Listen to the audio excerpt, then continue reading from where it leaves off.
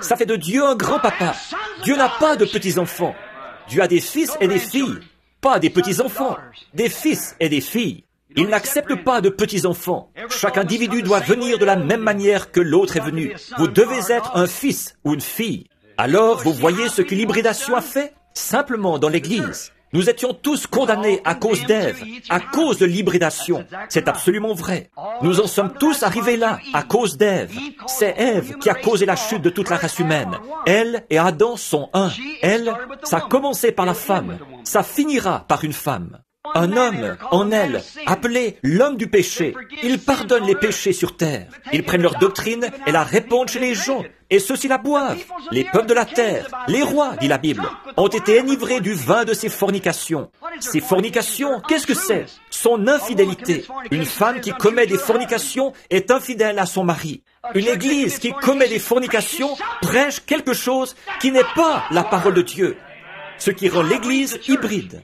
Qu'est-ce qu'elle a fait? Elle a aussi donné naissance à des filles. Or, quelles sont les filles de l'Église catholique? D'où sont venues Luther et ainsi de suite, ces dénominations et ces organisations? Voyez-vous comment elles sont entrées? Mais la véritable Église de Dieu est tissée dans chacune d'elles. Les méthodistes, les baptistes, les presbytériens et tout au long. La véritable Église de Dieu qui a été acquise par le sang, comme ce cordon de fil cramoisi par lequel les espions avaient été descendus. Ils sont entremêlés là-dedans, mais leurs dénominations ne peuvent pas les sauver. Êtes-vous chrétien? Je suis presbytérien, je suis baptiste, je suis méthodiste. Ça, pour Dieu, ça ne veut absolument rien dire. Vous êtes chrétien quand vous êtes né de nouveau. C'est elle qui a causé tout ça. Bien des fois, j'ai entendu des gens dire, dans ce cas-là, frère Branham, puisque c'est Adam et Ève qui ont fait ce qui est mal, qui ont hybridé la parole de Dieu, et que c'est à cause d'eux que nous nous sommes retrouvés dans cet état-là, Dieu serait injuste de me condamner. Je n'ai eu rien à voir là-dedans. Ce n'est pas du tout moi qui ai péché. C'est Adam qui a péché. La Bible dit que je suis né dans le péché. J'ai été conçu dans l'iniquité. Je suis venu au monde en disant des mensonges. Quelqu'un m'a donc représenté. Oh, voici une pensée. Vous allez peut-être trouver que c'est dur à avaler. Quelqu'un vous a représenté comme pécheur. Or, c'était celui qui avait hybridé la parole. Et aujourd'hui, si vous vous attendez à ce que l'Église pentecôtiste, méthodiste ou baptiste vous représente, ça c'est une parole hybride qui est condamnée. Vous êtes condamné parce qu'Adam vous a condamné. Adam et Ève, qui étaient un, ont accepté la forme hybride et ils ont condamné le monde. Alors vous dites, frère Branham, pourquoi est-ce que Dieu me tiendrait pour responsable parce qu'un seul homme m'a représenté et qu'ensuite je mourrais parce que cet homme-là a péché? Dans ce cas-là, je suis pécheur par représentation. C'est exact. Vous êtes pécheur par représentation. Vous n'avez jamais... Dieu ne vous tient pas pour responsable du fait que vous êtes un pécheur. Il ne vous tient pas pour responsable parce que vous mentez et que vous volez et à cause des choses que vous faites. Il ne vous tient pas pour responsable du fait que vous êtes un pécheur. Il vous tient pour responsable parce que vous ne faites rien pour vous en sortir. Il y a un moyen qui a été prévu pour vous. Vous rejetez le moyen que Dieu a donné. C'est pour ça que Dieu vous condamne. Il y a un moyen d'échapper. L'hybridation. L'hybridation. Oh, que c'est terrible. L'hybridation. Ils hybrident les gens. New York, le grand melting pot. J'ai des centaines d'amis précieux parmi les gens de couleur, qui sont des chrétiens nés de nouveau. Mais au sujet de la ségrégation et des choses dont ils parlent, l'hybridation des gens. Dites-moi, quelle brave femme de couleur, qui est cultivée et une bonne chrétienne, voudrait que son bébé soit mulâtre à cause d'un homme blanc? Non, monsieur, ce n'est pas bien.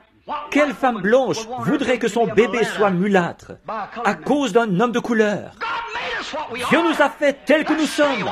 Restons tels que Dieu nous a fait. Je crois que c'est ça qui est bien.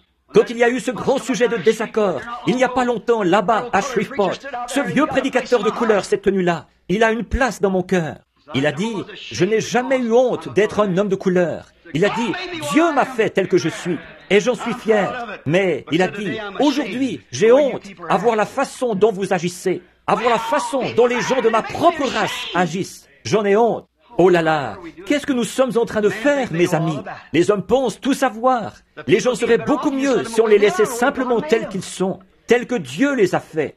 Que la race brune se marie avec la race brune, que la race blanche se marie avec la race blanche, que la race noire, la race jaune et toutes les autres restent telles que Dieu les a faites. Si la violette, Dieu l'a faite, et qu'elle était blanche, qu'elle reste blanche. La fleur, qu'elle soit bleue, noire, brune ou quoi encore, laissez-la telle qu'elle est. Si le maïs a été cultivé d'une certaine façon, si c'est du maïs jaune, ne le croisez pas avec du maïs blanc. Si vous le faites, vous mélangez ça. Alors il ne peut plus se reproduire à son tour.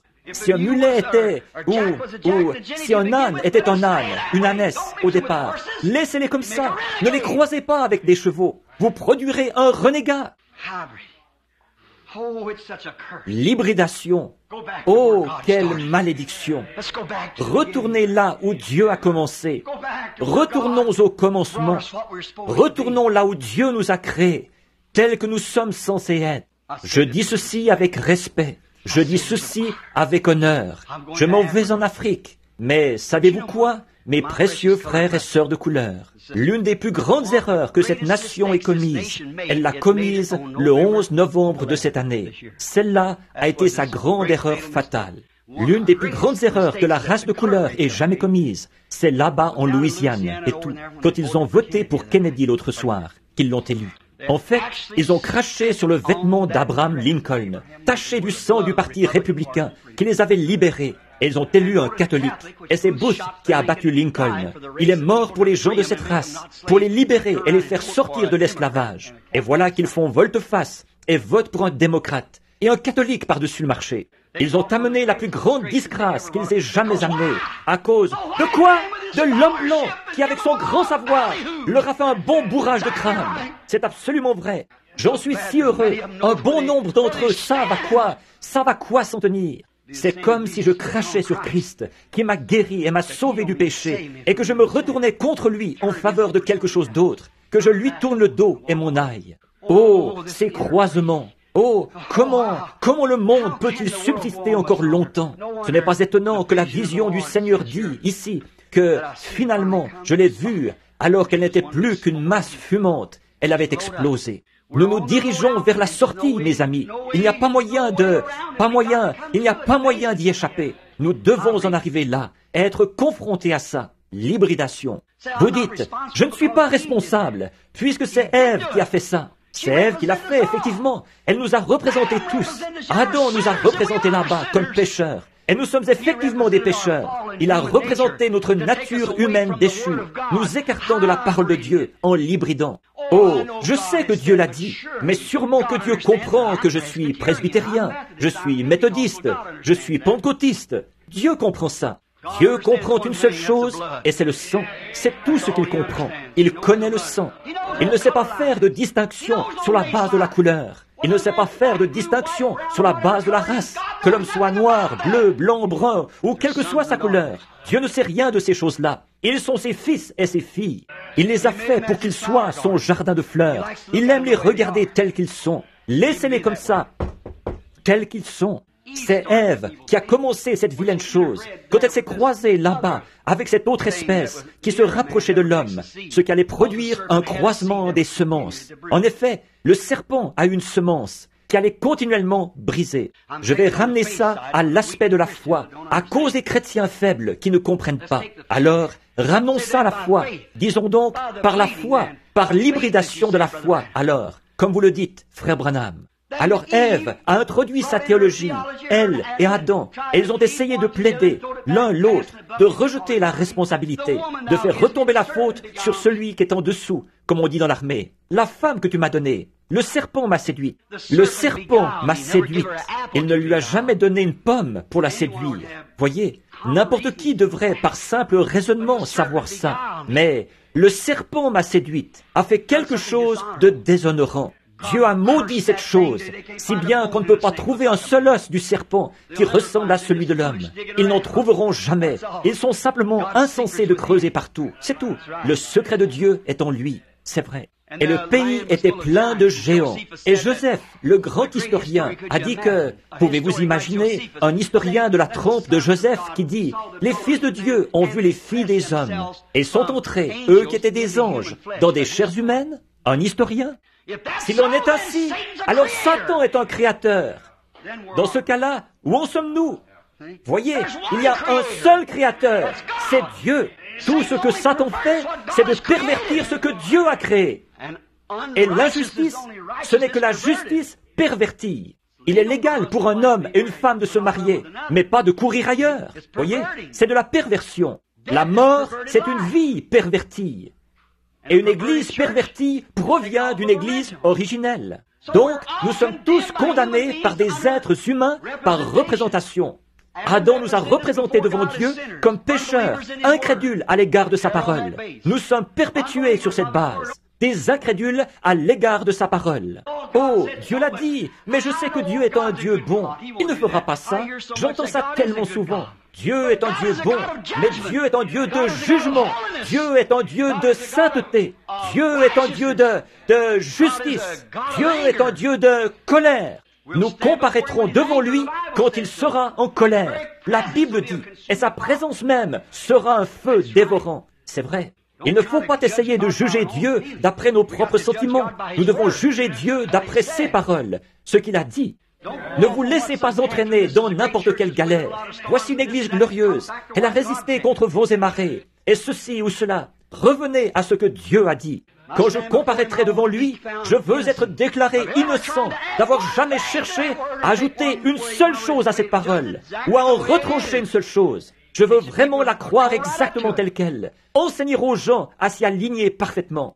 La Bible dit ceci, ce que n'importe qui d'autre en dit, je n'y peux rien, je dois m'en tenir strictement à cela. En ce qui concerne le lavage des pieds, ils disent, ah, les frères pentecôtistes, frères, oh frère Branham, c'est, oh, dans le temps nous pratiquions ça, pratiquons-le encore aujourd'hui, si nous le pratiquions à un moment donné. Jésus a fait le lavage des pieds. Oh, ils disent, ce n'est pas hygiénique, les gens souffrent du pied d'athlète. Peu m'importe de quoi ils souffrent. Peut-être que les gens de cette époque-là souffraient de la même chose. Oui, c'est vrai, Jean. Dieu est un guérisseur. Voyez, ils cherchent une échappatoire. Par exemple, ils disent, « Oh, je ne voudrais pas boire dans un verre où quelqu'un d'autre a bu, à moins qu'il ait été ébouillanté. » Oh là là. Mon frère et ma sœur sont mon frère et ma sœur. Amen. Si quelque chose ne va pas, Dieu me protège. J'ai confiance en lui. Retournons à la parole. Peu m'importe quelle est sa couleur, ce qu'il est ou à quelle église il appartient. S'il est mon frère, il est mon frère. J'observerai les commandements de Dieu. C'est la raison pour laquelle, mes amis, pour ce qui est du baptême d'eau, au nom de Jésus-Christ, je dois m'en tenir à ça. Oh, ça me prive de beaucoup de grands, de sauver des âmes là-bas. C'est sûr que oui, rien que ce point-là, à cause de la croyance extrême dans la Trinité. Bien sûr que je crois au Père, au Fils et au Saint-Esprit, comme des fonctions de Dieu, non pas comme trois dieux, mais comme trois fonctions du même Dieu. Il est effectivement Père, Fils et Saint-Esprit, mais ça, ce sont les titres de sa fonction. Il est Dieu le Père, bien sûr qu'il l'était au commencement. Il est Dieu le Fils, qui était fait chair sur la terre. Il est Dieu le Saint-Esprit, qui est en moi, mais c'est le même Dieu depuis le début. Trois fonctions. Il fut un temps où on ne pouvait pas le toucher, ni rien. Puis il est descendu, il s'est fait chair, et il a pris mes péchés, il a porté mes péchés. Alors, comme il m'a sanctifié par son propre sang, alors le Saint-Esprit a pu entrer. Et lui et moi, nous pouvons être en communion, comme nous l'étions en Éden. Nous nous aimons. Il est mon Père, je suis son Fils. Pas trois dieux, le même Dieu qui m'a créé, qui m'a aimé et qui s'est donné lui-même pour moi. C'est le Dieu qui est en moi. Son nom était Jésus-Christ quand il était sur terre. Il n'y a sous le ciel aucun autre nom qui était donné parmi les hommes, par lequel vous deviez être sauvés. Maintenant, si ça blesse mes amis, je n'y peux rien. J'aime mieux blesser mon ami que de blesser mon père. Voyez, il est mon parent, mon père, Dieu. C'est ce que dit sa parole. Oh Dieu, ne me laisse jamais hybrider quoi que ce soit. Dire, les jours des miracles sont passés. Oh, Jésus ne fait plus la même chose. Oh, c'est peut-être de la télépathie. C'est peut-être de la lecture de pensée. Je ne crois pas que nous avons des prophètes de nos jours. La Bible a dit que nous en aurions. Je le crois. Nous attendons un oint, quelqu'un comme Jean-Baptiste, qui est venu comme précurseur de la première venue de Christ, qui viendra comme précurseur de la seconde venue de Christ, comme lui l'avait fait. Il l'a promis. Rétablir la foi des gens, les ramener à Dieu. Qu'est-ce que Jean devait faire? Rétablir la foi. La foi qui avait existé jadis, la vraie semence qui était dans le jardin d'Éden. Prendre la parole de Dieu qui avait été hybridée à cause des manières des gens d'Église. Jean vient la rétablir. Alléluia. ébranler la nation avant que le jour de l'Éternel arrive, ce jour grand et redoutable. Ça, c'est Jean, la mission de Jean. Un oint. Remarquez, aussi, vous dites, eh bien alors, pourquoi est-ce que je suis condamné à cause de ça? Puisque c'est Ève et Adam qui l'ont fait. Ils m'ont représenté comme pécheur. Je n'y peux rien. Oui, mais mon frère, un jour, de nouveau, quelqu'un est venu de la gloire. Oh, c'est de lui que je veux parler maintenant, pendant environ 2 minutes. Quelqu'un est venu de la gloire et il est devenu terrestre. Quelqu'un est venu et a revêtu une chair semblable à celle du péché. Il est venu nous représenter, lui aussi.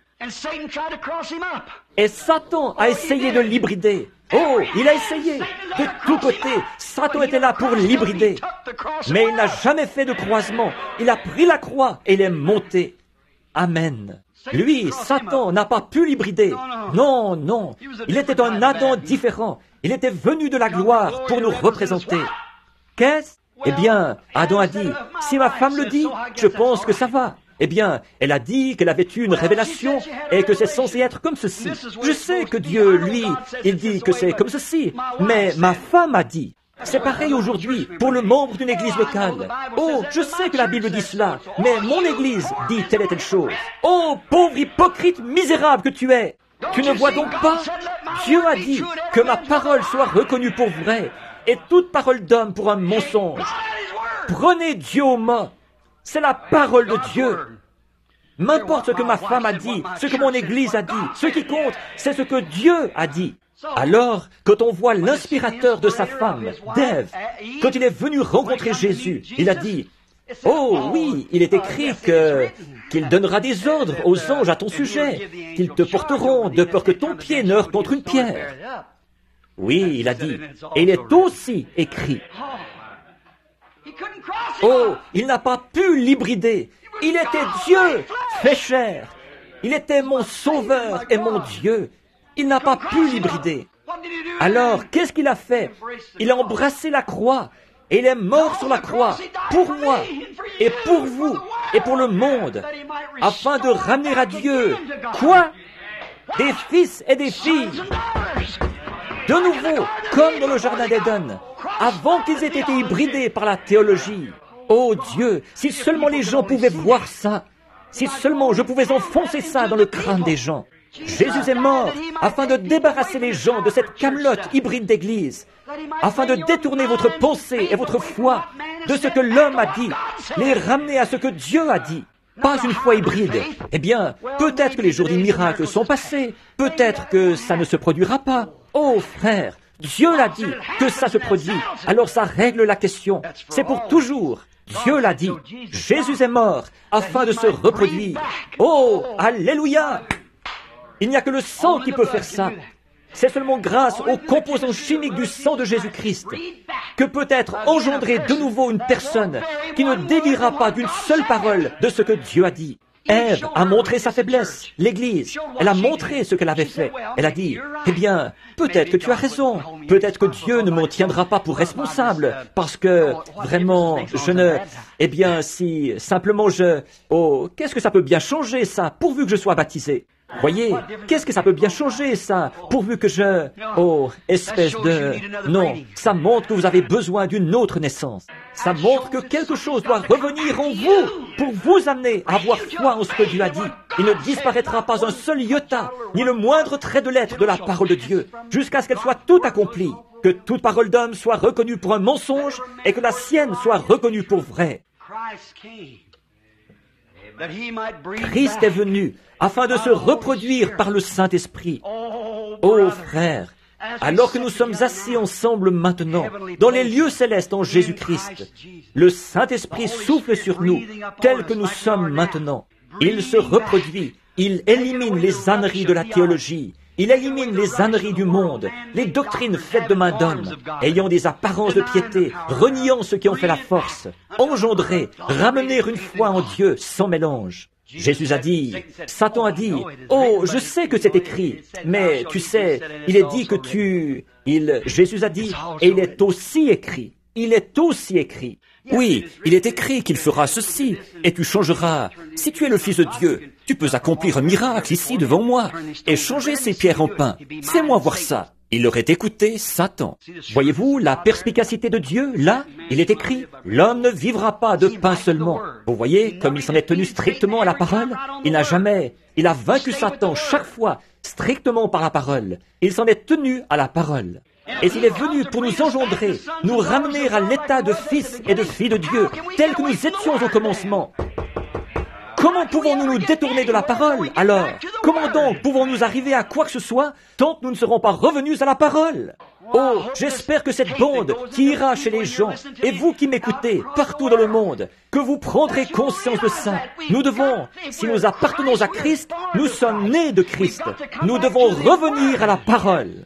Nous ne pourrons jamais y faire entrer les gens par une instruction. Nous aurons beau construire de grandes églises, mes frères, tout autour du monde. Nous aurons beau construire et avoir de grands programmes pédagogiques.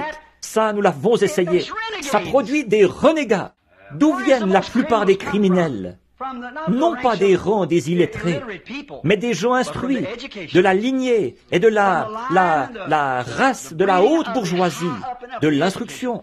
Il n'y a pas longtemps, j'étais avec un agent du FBI, et alors qu'il me montrait quelque chose au mur, il m'a dit, « J'ai aimé votre prédication. » Il a dit, « Vous avez dit que ce n'est pas la classe des pauvres qui produit. Le pauvre, qui ne connaît pas grand-chose, ces gars-là, ils ont un peu peur de s'aventurer là-dedans. Mais c'est cette espèce-là, des gars qui se croient plus malins que l'autre escroc. Ils voient où ces derniers ont fait leur erreur. Elles risquent le coup. » Il s'est tout de suite référé au pénitencier et il m'a indiqué tous les cas de délinquance juvénile qu'il y a eu d'un bout à l'autre du pays. Et au moins 80% d'entre eux provenaient des quartiers de l'aristocratie. Des gens intelligents, habiles. Regardez au commencement là, pour montrer que ce sont les fils de Caïn. Regardez les gens du côté de Caïn. Qui étaient les gens du côté de Caïn? Suivez cette lignée-là, ceux qui se sont succédés du côté de Caïn.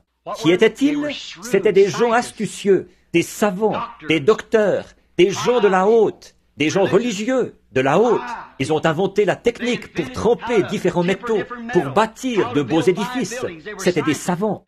Les autres, ils sont venus de quelle lignée? Des paysans, des cultivateurs, des bergers, et ainsi de suite. Vous voyez ça? Regardez aujourd'hui, ces gens enflés d'orgueil, par des croisements, ils ont été introduits dans les églises, si bien que le pauvre illettré qui aime vraiment le Seigneur, l'Église ne veut pas le laisser entrer chez elle. Le prédicateur dira peut-être quelque chose, et lui, il dira « Amen », et le mettront à la porte. Ils ne veulent pas de lui dans leur assemblée, s'il n'est pas tiré à 4 épingles, qu'il n'est pas habillé comme les Jones ou quelqu'un comme ça. Voyez, ils ne veulent pas d'eux là-bas, s'ils n'ont pas une belle voiture, s'ils viennent à l'église avec une vieille guimbarde. Frères, oh, vous ne voyez donc pas? Et aujourd'hui, beaucoup de gens ne veulent même pas accepter les gens de couleur dans leurs églises. Oh Dieu, aie pitié de tels hypocrites. Oh Dieu, c'est ce que je veux toujours. Tant que j'aurai une église, les portes seront ouvertes à celui qui veut. Même si vous venez dans une brouette, ça m'est égal. Venez. Même si vous portez votre salopette, ça m'est égal. Je vais vous dire une chose. Mettez-vous en règle avec Dieu. Alors une salopette pourra s'asseoir à côté d'un smoking. Ils se donneront l'accolade et ils s'appelleront frères. Certainement qu'ils le feront. Une robe de calicot pourra s'asseoir à côté d'une robe de soie, lui donner l'accolade et lui dire « Sœur, oui, ça produit un effet sur vous. Ça engendre, ça ramène ces choses en vous. » Et qu'est-ce que nous faisons maintenant, assis dans les lieux célestes en Jésus-Christ? Nous n'optons pas pour notre théologie, mais nous laissons le Saint-Esprit nous engendrer, nous ramener à l'état de fils et de filles de Dieu. Que signifie le mot circoncire? Étienne a dit, c'est exact, couper la chair superflue. Voyez, couper ce qui est superflu, la partie qui n'est pas utile, la circoncision, être coupé. Or, dans l'Ancien Testament, il n'y avait que le mâle qui pouvait être circoncis. La chair superflue était coupée. Maintenant, ce que le Saint-Esprit fait dans les derniers jours, c'est qu'il retranche le superflu. Il retranche la théologie du monde. Il retranche les doctrines faites de main d'homme. Il retranche toute incrédulité. Il retranche tout. Étienne a dit, « Oh, un circoncis de cœur et d'oreille, pourquoi résistez-vous toujours au Saint-Esprit? Ce que vos pères ont fait, vous le faites aussi. » Voilà bien ce qu'il en est, mon ami. Vous devez vous débarrasser de ça, de dire, « Eh bien, l'autre soir, là, j'ai entendu un discours. Il disait, ces guérisseurs divins, vous faites mieux de les avoir à l'œil. » Il ne s'agit pas des guérisseurs divins. Moi aussi, je les aurais à l'œil. Mais je garde les yeux sur la parole de Dieu, sur ce qu'elle dit. Je prends la parole. C'est la parole qui le dit. Voyez? Ah, il faut les avoir à l'œil, les gens qui croient au parler en langue, parce que c'était pour une autre époque. Ce ne sont que des démons.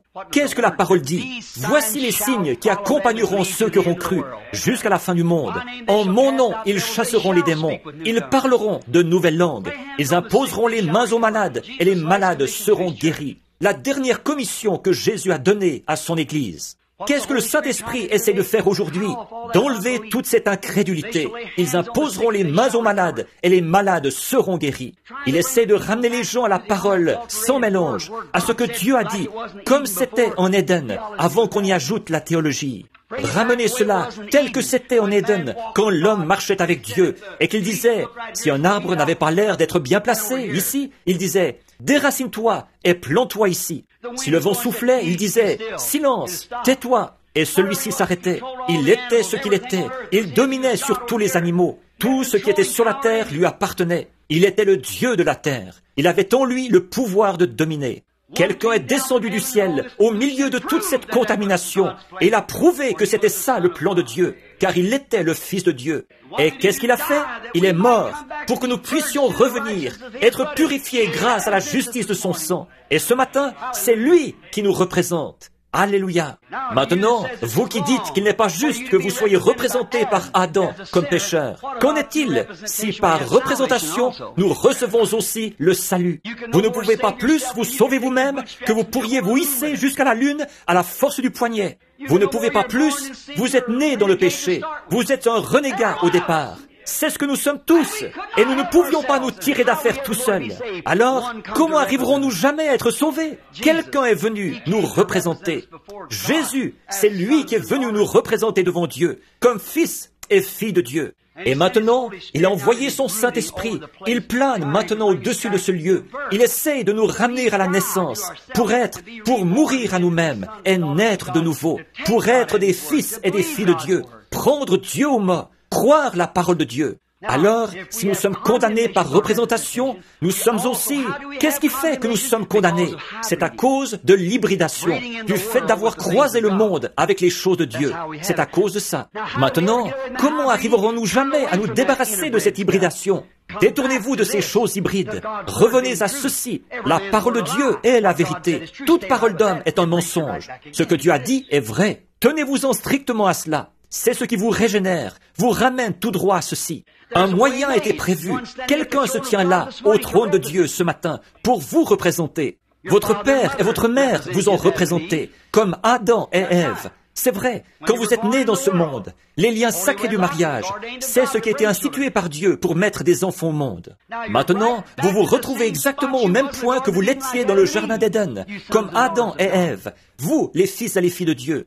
Vous vous retrouvez exactement là, devant deux arbres. L'un d'eux, c'était l'arbre de la connaissance, et l'autre, c'était l'arbre de la vie. Maintenant, voulez-vous suivre la voie de la science, celle de l'hybridation? Regardez où ça vous mène. Dans quel genre de pétrin l'homme s'est-il mis avec cette hybridation? Dans quel genre de pétrin s'est-il mis avec sa propre connaissance? Au lieu d'être tout simplement un enfant humble et qui compte sur Dieu, il essaie de se servir de la science pour fissionner un atome.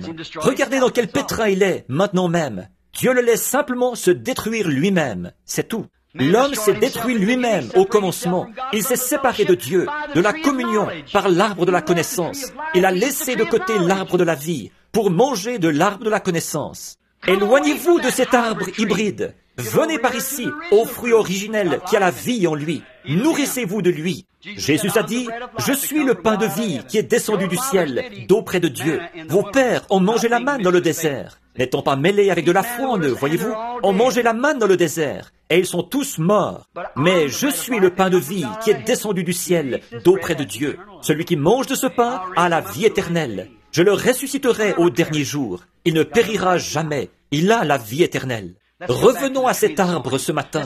Éloignons-nous de ce que l'homme dit. Éloignons-nous de ce que les églises disent. Revenons prendre la Bible et croyons la Bible. Il est trop tard maintenant pour nous mettre à nous disputer. Voyez, il n'y aura plus jamais d'autres grandes organisations qui seront suscitées. Je peux vous le prouver là, pendant la période des âges de l'Église. des organisations. Il n'y en aura plus une seule qui sera suscitée. L'âge de l'église de Laodicée, ce sera simplement les pentecôtistes qui se formeront eux-mêmes en dénomination. Continuellement, continuellement, continuellement comme ça. Mais il n'y aura plus jamais de grands réveils qui seront amorcés, lancés dans ce pays. Le tout petit nombre qui restera de l'Église, c'est lui qui attirera ceux qui sont destinés à entrer. En effet, la Bible dit que les âges de l'Église se terminent dans la tiédeur. C'est vrai. Alors ça doit arriver comme ça. Maintenant, je m'adresse à tous.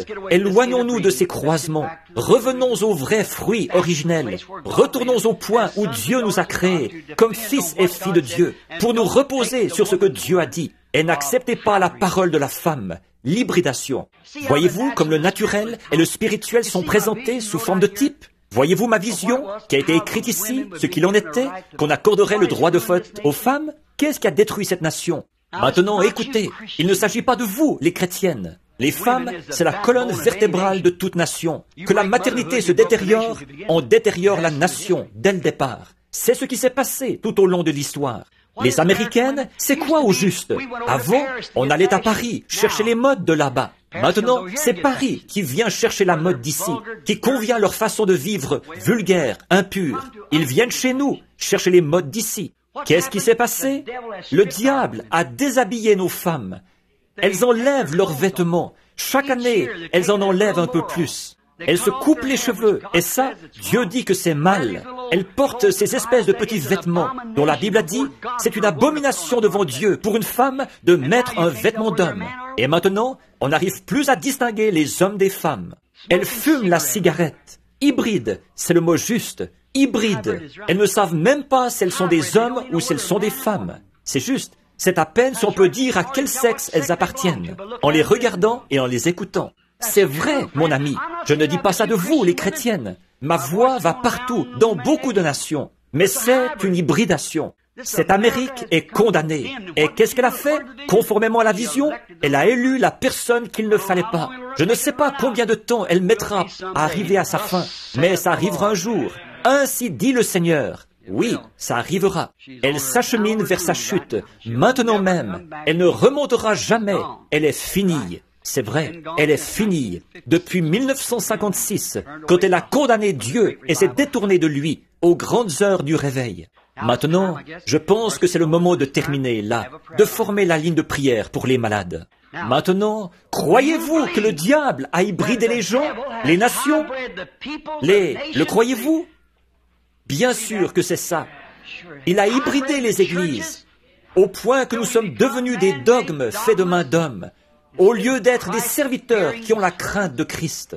Voyez-vous pourquoi je condamne, je secoue, je tape de toutes mes forces sur ce qui est mal? Comment pourrais-je faire autrement? Alors qu'ici la parole le dit, et que le Saint-Esprit dit, vas-y, fonce. Je dis, Seigneur, je prêche. Les gens continuent à s'habiller de la même façon. Ils continuent à agir exactement comme ils l'ont toujours fait. Prêche-le quand même. Continue à avancer, c'est tout. Ta voix est enregistrée sur bande. Au jour du jugement, ils n'auront aucune excuse alors, parce que vous l'avez entendu. Voyez, c'est vrai, vous l'avez entendu. La foi vient de ce qu'on entend, et ce qu'on entend vient de ce que l'Église dit. Ça ne sonne pas juste, n'est-ce pas? De ce qu'on entend la parole de Dieu, qui vous ramène à la foi en Dieu.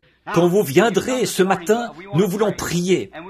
Et nous voulons prier que Dieu vous donne de rejeter toutes ces choses. Peut-être que ce petit message vous débarrassera de cette hybridation et vous ramènera pour que vous soyez un serviteur humble qui s'avancera et dira « Je crois en Dieu ». Les gens se demandent souvent, je vais dire ceci. Écoutez bien, ils disent « Frère Branham, aucun ministère n'est comparable au vôtre, nulle part dans le monde, par le surnaturel qui l'accompagne. » De grands hommes, je pourrais mentionner leur nom si ce n'était pas enregistré, m'ont appelé pour que j'aille avec eux. Ils disaient, votre ministère est la seule chose qui sauvera le monde. Pourquoi est-ce qu'on ne trouve ça nulle part ailleurs? Revenez à la parole. Dieu peut uniquement bâtir sur ce fondement-là. Donc, si je suis si profondément dans l'erreur, dans la façon dont je baptise les gens, et dans la façon dont je parle du Saint-Esprit, et dans les choses que je fais, pourquoi donc Dieu y fait-il honneur? Produisez quelque chose de semblable. Voyez? Pourquoi donc? Je ne dis pas ça de moi-même, ce ne serait pas bien, mais j'essaie de vous dire que c'est parce que je m'en tiens à la vérité, à la parole, et à la parole seulement. Prospérer, réaliser de grandes choses, et de grands lieux, ça, pour Dieu, ça ne veut rien dire, absolument rien. Ce qu'il faut, c'est de s'en tenir à cette parole. Et alors, Dieu œuvre dans cette parole, confirme cette parole, s'en tient à elle, le signe que le Dieu vivant est parmi nous. Est-ce que vous voulez être comme ça? Vous voulez être lavés, débarrassés de tout ce qui est du monde? Oh là là! Petits enfants, que Dieu vous bénisse.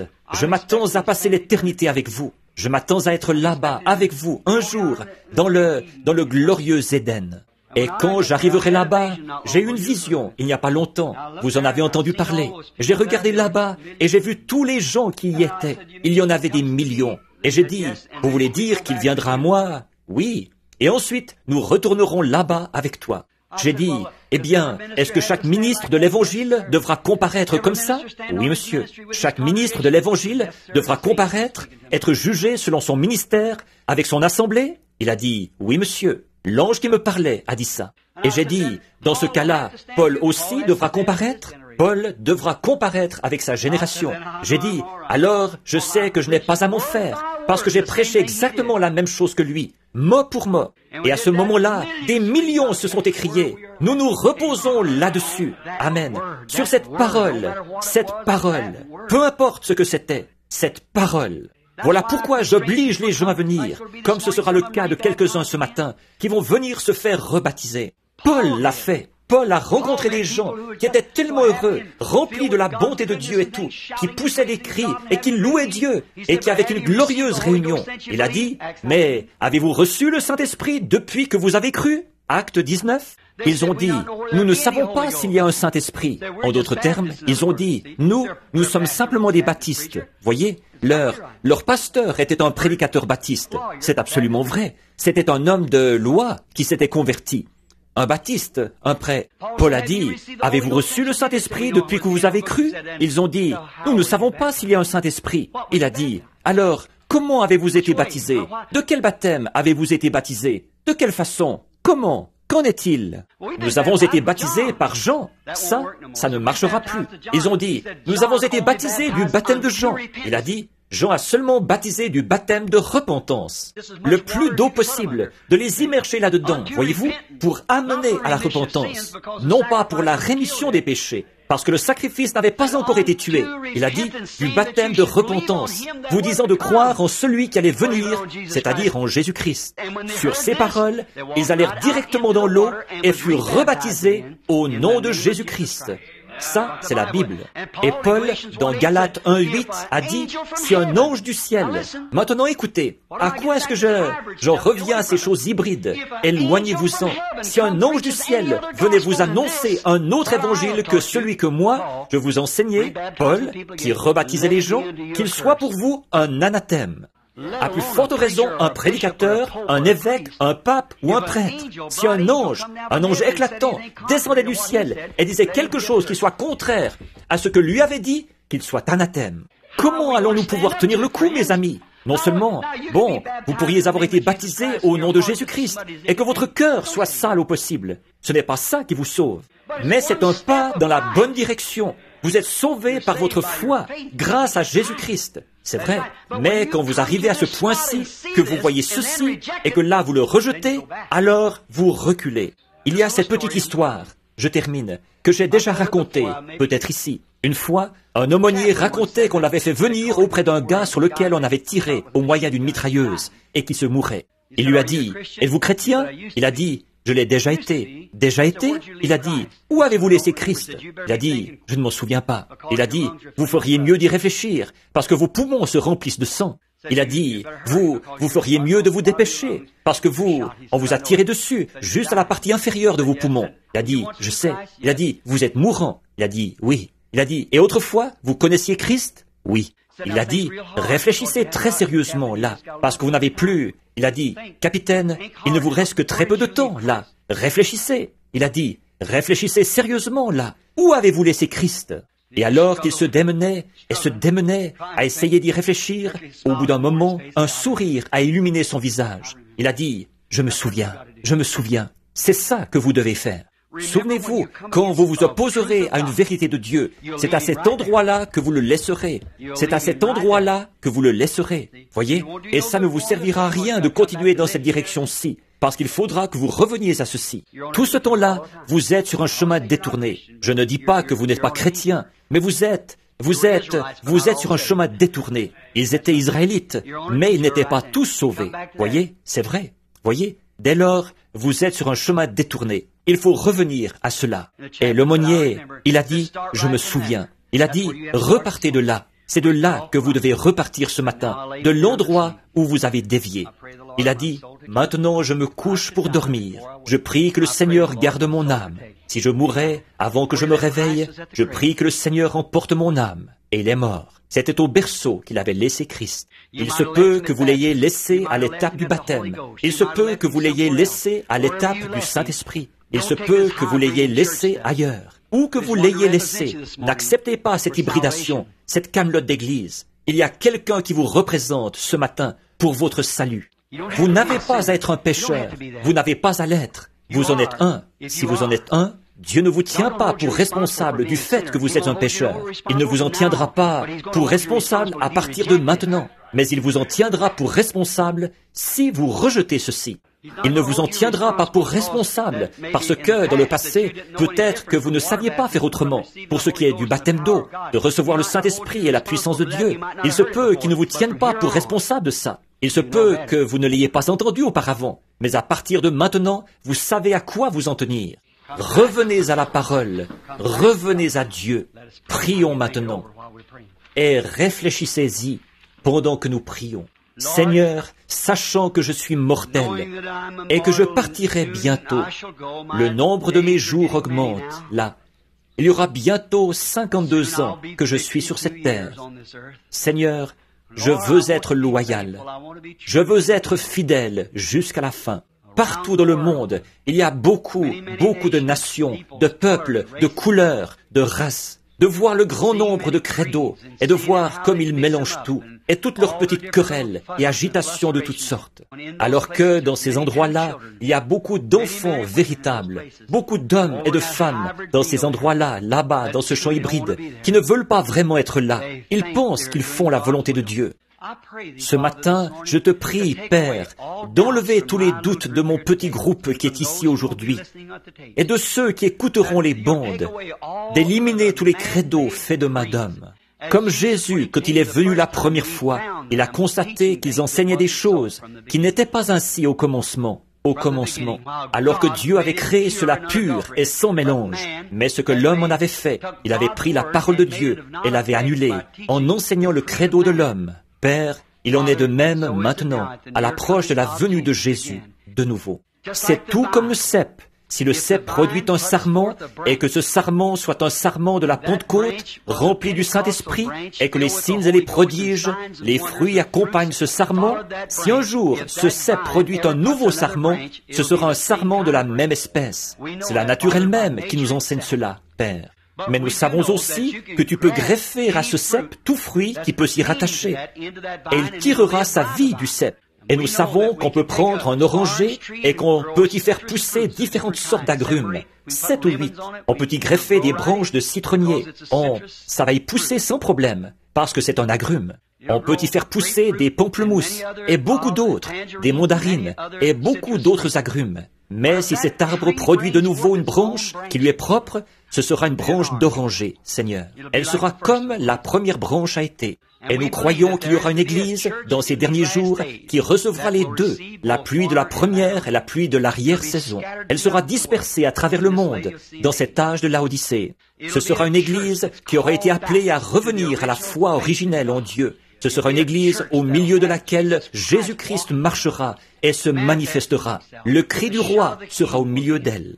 Ô Dieu, que toi, tu aies commencé âge après âge, et qu'ils aient pris ce cep et fait une greffe dessus, et elle se développe grâce à lui, sous le nom du christianisme, mais tout en continuant à produire une doctrine qui n'était pas enseignée au commencement.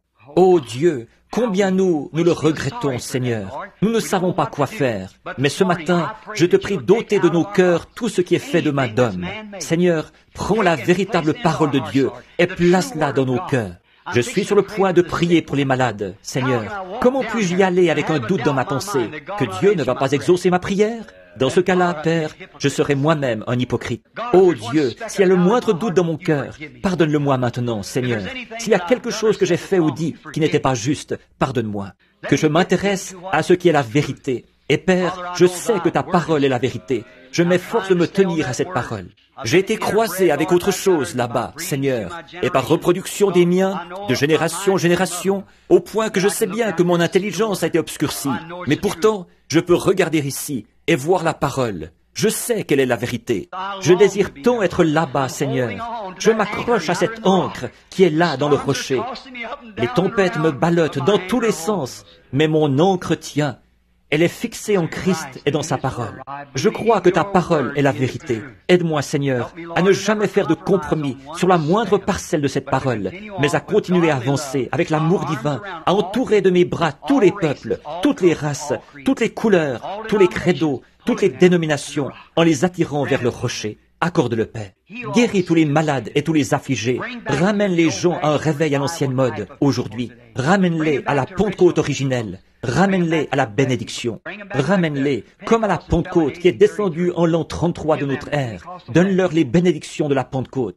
Que la puissance de Dieu vienne dans l'Église. Qu'il y ait des dons de guérison divine donnés à l'Église. Qu'il y ait des gens qui parlent en langue, quelqu'un qui interprète les langues, qu'il y ait des dons de prophétie et des manifestations de toutes sortes. Pas une foi artificielle ou d'essayer de croire ou de fabriquer quelque chose, que ce soit quelque chose de réel, d'authentique, qui vient avec la parole de Dieu qui est divulguée, qui prophétise des choses qui s'accomplissent. Tu as dit dans ta parole, s'il y a parmi vous quelqu'un qui prétend être, ou dont on prétend qu'il est prophète, et si ce qu'il dit ne s'accomplit pas, ne l'écoutez pas. Mais si cela s'accomplit, alors écoutez ce prophète, car je suis avec lui. Ô Dieu, donne-nous des prophètes de cette espèce-là. Donne-nous ceux de la vraie espèce, ceux de la vraie espèce qui parlent en langue, ceux de la vraie espèce qui ont les vraies interprétations. Accorde-le, Père. Guéris les malades et les affligés, et fais-toi connaître parmi nous, car nous le demandons au nom de Jésus. Amen.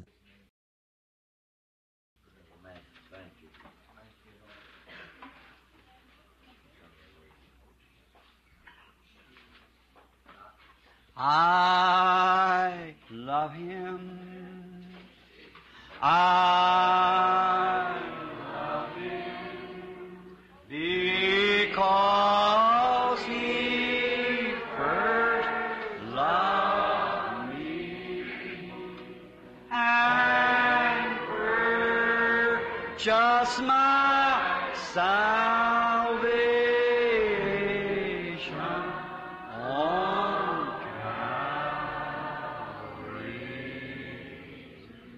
Maintenant, vous, tous les fils de Dieu méthodistes, tous les fils de Dieu baptistes, vous, tous les fils et les filles de Dieu, levons simplement les mains, fermons les yeux et chantons-lui ceci, adorons-le.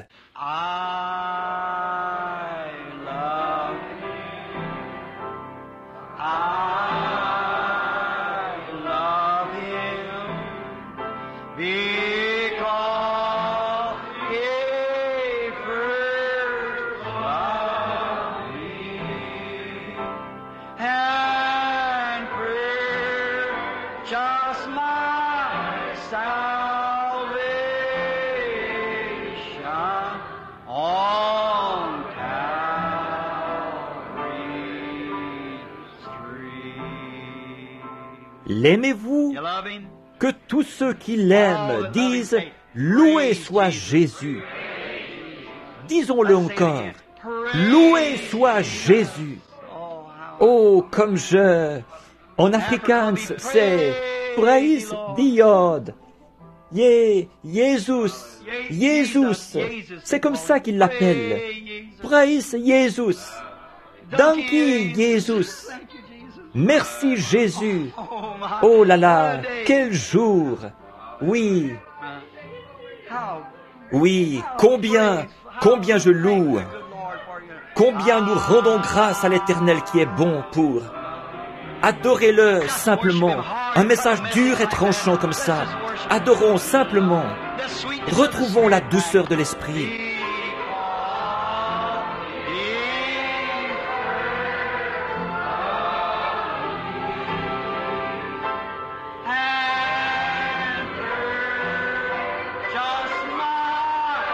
on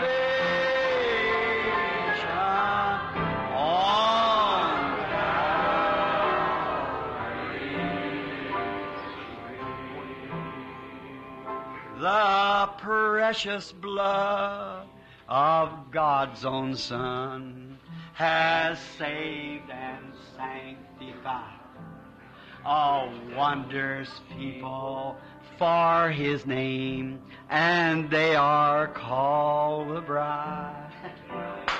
Though here neglected and despised, someday the Lord will bring those chosen ones within the gate, and that's worth everything. All together, when we're inside the gates of pearl, we'll learn a lot of things. We'll have a heart that's made of gold, perhaps 1,000 strings. Oh, we'll sing and shout and dance. Hallelujah! The Lamb will dry our tears. We'll have one grand homecoming. Hallelujah! The first 10,000 years. Give us a Donne-nous la bonne note. Let's sing it again. Don't you love that? Just sing. The precious blood of God's own Son has saved and sanctified a wondrous people for His name, and they are called His bride. Amen. Though you're neglected and despised, one day the Lord will bring His chosen ones within the gate, and that's worth everything. Tous en chœur maintenant. When we're inside the gates of pearl, we'll learn a lot of things. We'll have a heart that's made of gold, perhaps 1,000 strings. Oh, we'll sing and shout and dance about the Lamb of God. Oh, we'll have one grand homecoming week, the first 10,000 years. Serrons-nous la main pendant que nous le chantons. The precious blood of God has saved a wondrous people for His name, and they are called His bride. Though you're neglected and despised, one day our Lord will bring His one within the gate, and that's worth every. Maintenant, levons les mains vers lui. When we're inside the gates of pearl, we'll learn a lot of things. We'll have a heart that's made of gold, perhaps 1,000 strings. Oh, we'll sing and shout and dance about the Lamb right here. We'll have one grand homecoming week, the first 10,000 years. Oh, how I love Jesus. Oh,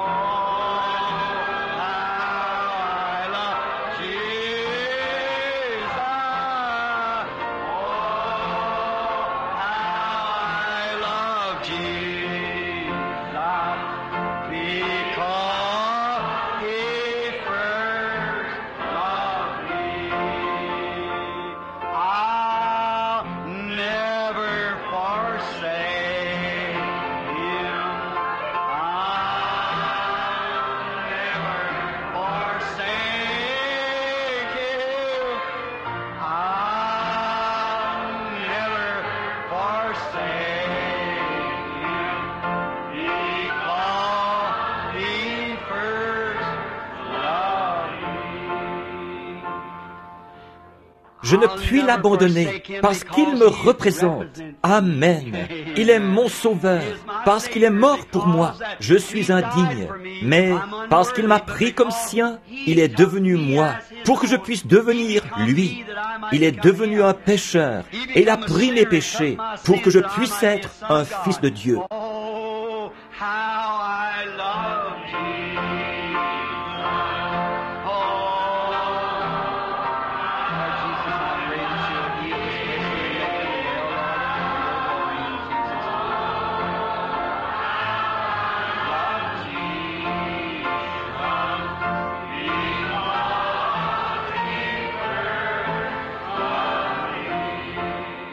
In Jesus' Ces vieux cantiques, ça vous fait quelque chose, n'est-ce pas? Je me rappelle une petite famille de gens de couleur qui venaient ici, dans le temps. Un homme, sa femme, une petite fille. Maintenant que je ne peux pas le chanter, mais je vais essayer. Je sens le Saint-Esprit sur moi. Amen. Oh, what precious love that Father Ça disait, oh, quel amour précieux le Père a eu pour la race déchue d'Adam. Il a donné son Fils unique pour qu'il souffre et nous rachète par sa grâce. Oh, j'aime ça. Oh, what precious love that Father had for Adam's fallen race, gave his only Son to suffer. J'aime ça. Pas vous? Il y a quelque chose là-dedans, n'est-ce pas? Bon, ces messages sont durs, sévères et tranchants. C'est ça qui est la parole de Dieu, plus tranchante qu'une épée à deux tranchants. Mais quand tout est terminé, voyez-vous, le glorieux Saint-Esprit est posté ici, quelque part dans le bâtiment. Il surveille. Des anges. Oh! Et puis, après que tout est terminé, on le voit tendre son bras, et les bénédictions se mettent à descendre. Nous levons les bras vers lui, et nous l'adorons dans la douceur du Saint-Esprit. Ça vous fait quelque chose, n'est-ce pas? Ça vous nettoie vraiment à fond. Ça vous donne un nouveau départ. Ça vous ramène à la parole. Combien sont malades, là? Dites, je viens pour être guéri ce matin. C'est l'heure de ma guérison. 1, 2, 3, 4, 5, environ 8 ou 10 d'entre vous. Très bien. Je me demande si mes petits ici voudraient bien me rendre un service. Vous le voulez bien? Je me demande si vous pouvez tous venir un peu par ici maintenant. Je vais vous demander, à vous, de venir vous placer ici le long de l'autel, pendant que nous prions, pendant que nous continuons à chanter. Ceux qu'on va oindre et pour qui on va prier. Frère Neville, viens, et nous allons prier pour eux. Puis nous aurons le baptême d'eau. Ensuite, la réunion sera officiellement terminée. Dans environ 2 ou 3, dans environ 10 minutes au plus, je pense. Très bien. Oh, what precious love that Father had for Adam's fallen race, gave his only Son to suffer. S'il y a quelqu'un qui saurait où se trouve cette petite famille de gens de couleur, je voudrais bien qu'ils reviennent chanter ça pour moi pendant le réveil. Ils habitaient rue Broadway, quelque part par là. Je ne me rappelle plus leur nom. Un homme, sa femme, une petite fille.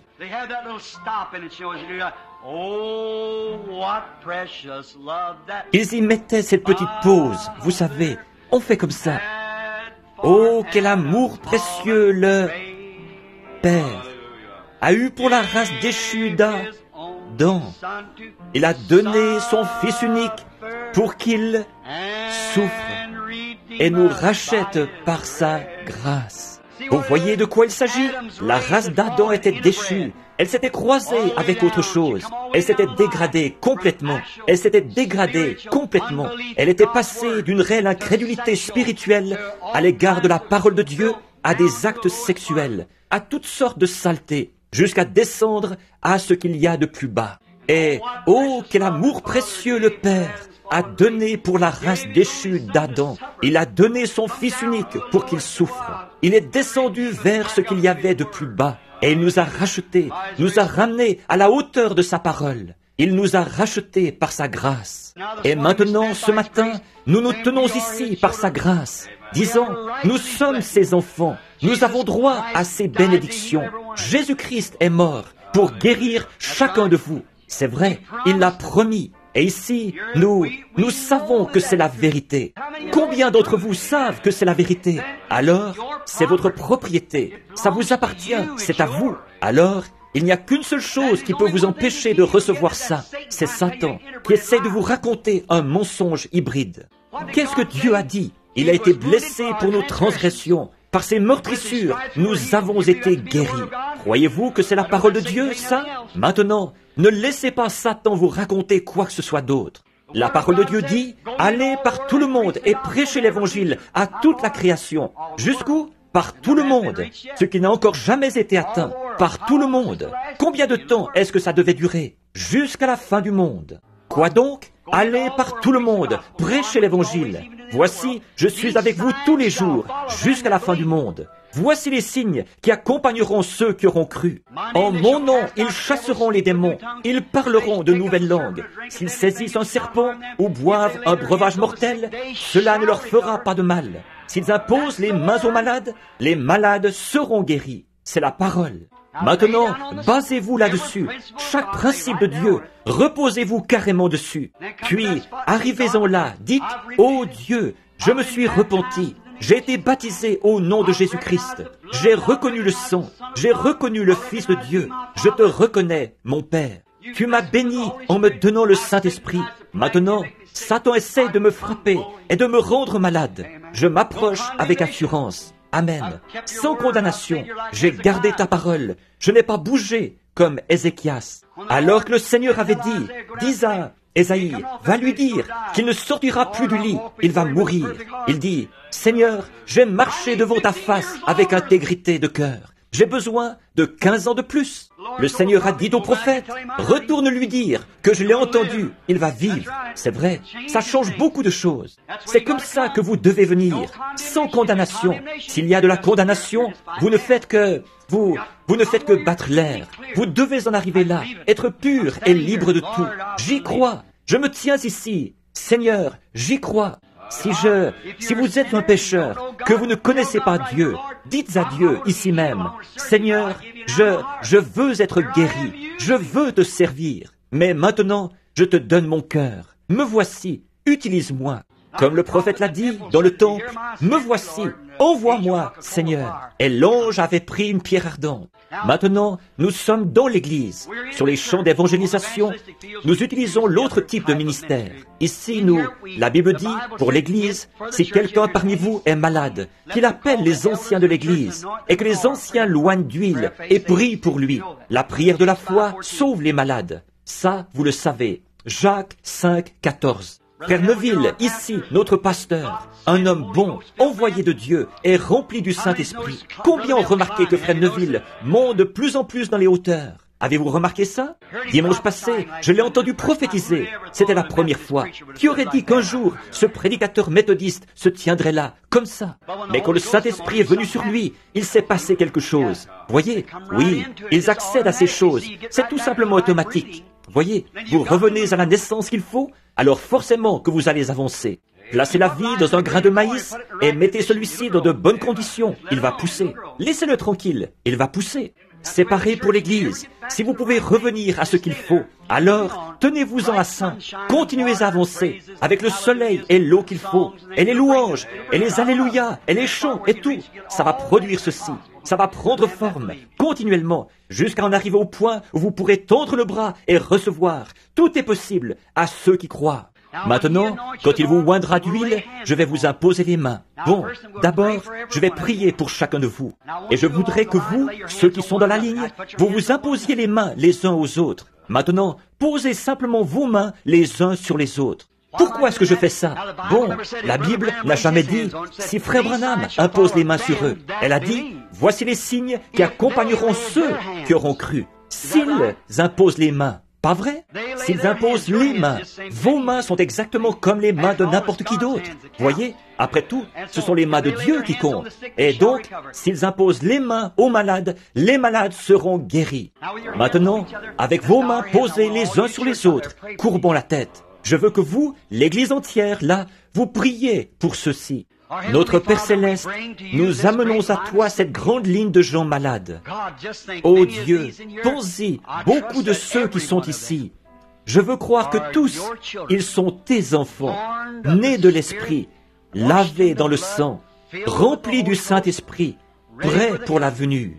Et Satan ne peut pas les atteindre de ce côté-là, pour les faire pécher. Il ne peut pas les atteindre pour les faire douter de ta parole, croire qu'elle est fausse. Ils avancent et la suivent vraiment à la lettre.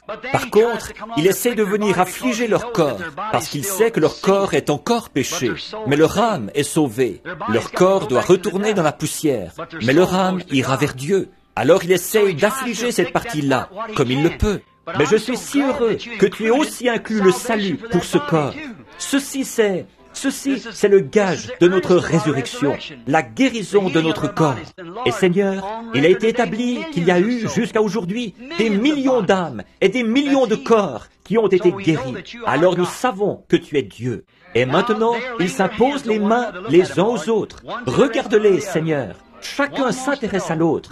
Chacun veut savoir, quelle que soit l'église à laquelle ils appartiennent, quelle que soit leur affiliation, quelle que soit leur couleur ou le credo qu'ils... Ça n'a rien à voir, Seigneur. Ils sont tes enfants. Certains d'entre eux sont méthodistes, certains sont de l'église baptiste, certains sont de l'église presbytérienne, peut-être que certains sont catholiques, je ne sais pas, certains sont pentecôtistes, mais tu ne les connais pas sous ce nom-là, tu les connais comme les tiens. Ils ont été acquis par le sang, et ils se tiennent debout ici, ils croient à la parole, et ils s'approchent avec assurance, et je plaide en leur faveur, comme ton serviteur. Ô Dieu, qu'il n'y ait pas une seule personne faible dans ce bâtiment à la fin du service, que tous ils soient guéris. Alors que ton ancien, qui est loin, s'avance, il met de cette huile, ce petit peu d'huile qui descend sur leur front, et qui symbolise, l'huile c'est l'esprit. Nous l'appliquons là pour que les gens sachent que cette huile d'olive vierge a été mise sur leur tête d'une manière semblable à la venue du Saint-Esprit. Puis, quand je leur imposerai moi-même les mains, puissent-ils retourner à leur place, vraiment heureux et dans la joie, une œuvre terminée. C'est fini, ils sont guéris. Ils rentrent à la maison pour être en bonne santé. Accorde-le, Seigneur. Alors les cris de joie et les louanges s'élèveront d'un bout à l'autre de la ville, dans les différents endroits où ces gens iront. Vous savez, à un moment donné, j'avais des problèmes d'estomac, mais c'est parti. À un moment donné, j'avais telle et telle chose, certaines maladies, mais c'est parti. C'est que ce matin-là, j'ai écouté le message, engendré, ramené à la parole, et je suis revenu à la parole. Je crois à la parole, et maintenant, je suis rétabli. Accorde-le, Père. Je te les confie au nom de Jésus-Christ.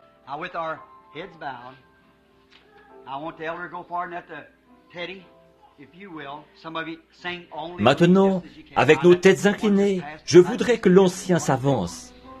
Que, Teddy, s'il te plaît, quelques-uns d'entre vous, chantez, croient seulement, maintenant comme vous le pouvez.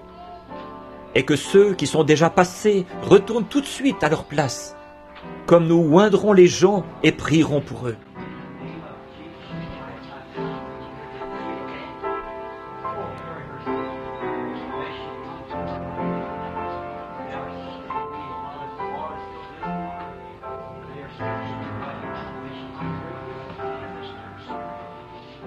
Au nom de Jésus-Christ, Père Céleste, alors que j'impose les mains à cette femme, avec l'huile d'onction toujours sur elle,